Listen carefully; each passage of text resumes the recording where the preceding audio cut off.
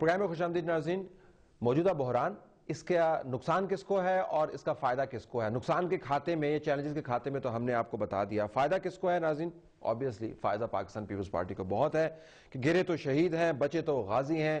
اگر آرمی کو کرتی ہے تو سو بسم اللہ کو کرے اور اس ملک کو چلانے کی کوشش کرے، اور ہم ان کے ساتھ لڑائی کرتے ہیں. چونکہ وہ کو نہیں کر رہی تو پھر کم از کم ہم اپنے آپ کو بہت سورما ثابت کر سکتے ہیں کہ ہم نے ایک سٹینڈ لیا ہے جمہوریت کے خاطر. تو پیپلز پارٹی کا بڑا فائدہ یہ ہے. پھر کرپشن اور میمو گیٹ، تمام کے تمام معاملات کو آپ لپیٹ کر آپ نے جمہوریت کے کھاتے کے اندر ڈال دیا. اصل معاملہ جو ہے وہ اس کا تعلق آر پی پیز کے سکینڈل سے ہے، میمو گیٹ سکینڈل سے ہے، سٹیل مل کے معاملات کے ساتھ ہے. اس کے علاوہ ملک بھر کے میں جو اس وقت آپ کو غیر یقینی کی صورتحال نظر آ رہی ہے اور ایبسنس آف گورننس نظر آ رہی ہے، ان معاملات کے ساتھ اب وہ کوئی معاملہ، وہ تمام ٹوکرے بند ہو گئے ہیں. ایک ٹوکرا کھل گیا ہے جمہوریت کو خطرے کا.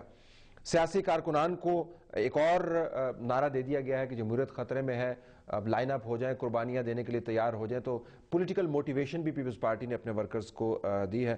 صدر آصف علی زرداری کے تمام مبینہ گناہ جو ہیں وہ معاف ہو سکتے ہیں اگر وہ جمہوریت کو بچانے والے چیمپئنز کی صورت میں سامنے نظر آئیں، اور اگر وہ ایک ایسی فورس کے طور پر اپنے آپ کو ریپرزینٹ کر پائیں کہ جو بالکل کنٹرول میں ہے معاملات کے، بیماری سے ان کی وہ کسی قسم کے فیصلہ سازی کے حوالے سے ذوف کا شکار نہیں ہے، اور ہی از اے مین ان کنٹرول، اور جمہوریت کو وہ بڑھانا چاہتے ہیں پاکستان کے اندر. تو یہ امیج زرداری صاحب کا اس کھاتے میں تمام جو الزامات ہیں وہ ایک طرف.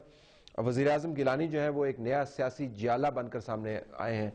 وزیر اعظم صاحب یقیناً خود کو ایلیویٹڈ محسوس کر رہے ہوں گے، پہلی مرتبہ انہوں نے اتنا بڑا سٹینڈ لیا ہے. تو پیپلز پارٹی اور ان کے ساتھ منسلک جتنے عناصر ہیں، اگر حالات خراب ہوتے ہیں تب وہ فائدے میں ہیں، اگر حالات اچھے ہوتے ہیں اور جوں کہ توں رہتے ہیں تب بھی وہ فائدے میں ہے. تو جو فائدہ ہے پیپلز پارٹی کا اس بحران سے سب سے زیادہ ہے. ایک اور فیکٹر کا بھی فائدہ ہے ناظرین، اور اس فیکٹر کا نام ہے واشنگٹن. اندرونی لڑائی جب بھی پاکستان میں ہوتی ہے، امریکی اثر و رسوخ میں اضافہ ہو جاتا ہے.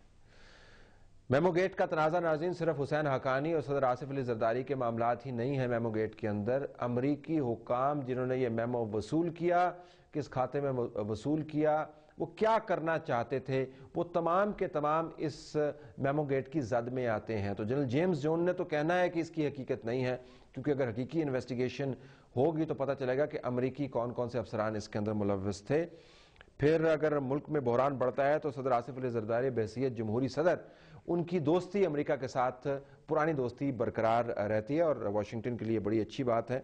اور پاکستان کے اندر اگر ادارے کمزور ہوتے ہیں تو ایٹمی پروگرام تک پہنچ اور رسائی امریکہ کی تھیوریٹیکلی بہتر ہو جاتی ہے. کم از کم دنیا میں یہ کنسنسس ڈیولپ کروا سکتا ہے امریکہ کہ اس ملک کا کچھ پتہ نہیں ہے، یہاں پہ یہ فوج، آئی ایس آئی اور یہ جو جماعتیں ہیں یہ آپس میں لڑتے رہیں گے، اس ملک کے پاس اور کچھ نہیں ہے تو نیوکلیر ویپنز نہیں ہونے چاہیے. تو ادارے اگر کمزور ہوتے ہیں تو ایٹمی طاقت کو ختم کرنے کی جو امریکہ کا گول ہے، اور یہ سٹیٹڈ گول ہے ان کا، اس کے اوپر باقاعدہ ریکارڈ کے اوپر موجود ہے کہ انہوں نے کیا بیانات دیے ہیں، وہ زیادہ آسان ہو جاتا ہے. اور پھر ناظرین، اگر عسکری قیادت بہت متنازع ہو جاتی ہے تو اس کی تبدیلی کے امکانات واضح ہو جاتے ہیں. موجودہ عسکری قیادت کے ساتھ امریکہ کے تعلقات اب وہ نہیں رہے جو پہلے سے تھے، اور اب ان کو ایک نئی قیادت کی تلاش ہے. اگر عسکری قیادت ان کو نہیں ملتی تو سویلین قیادت اپنی پسند کی وہ لانا چاہتے ہیں. واشنگٹن اس تمام بحران کا سب سے بڑا بینیفیشری ہے. آنے والے دنوں میں ناظرین یہ بحران کس طرف جائے گا، اس کے چند ایک پہلو اور رہ گئے ہیں.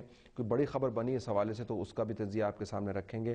فی الحال ہم نے مناسب سمجھا کہ کس کو نقصان ہو رہا ہے، کس کو فائدہ ہو رہا ہے، ایک لسٹ آپ کے سامنے رکھ لیں، فیصلہ آپ کا ہے. اجازت دیجیے، اللہ حافظ.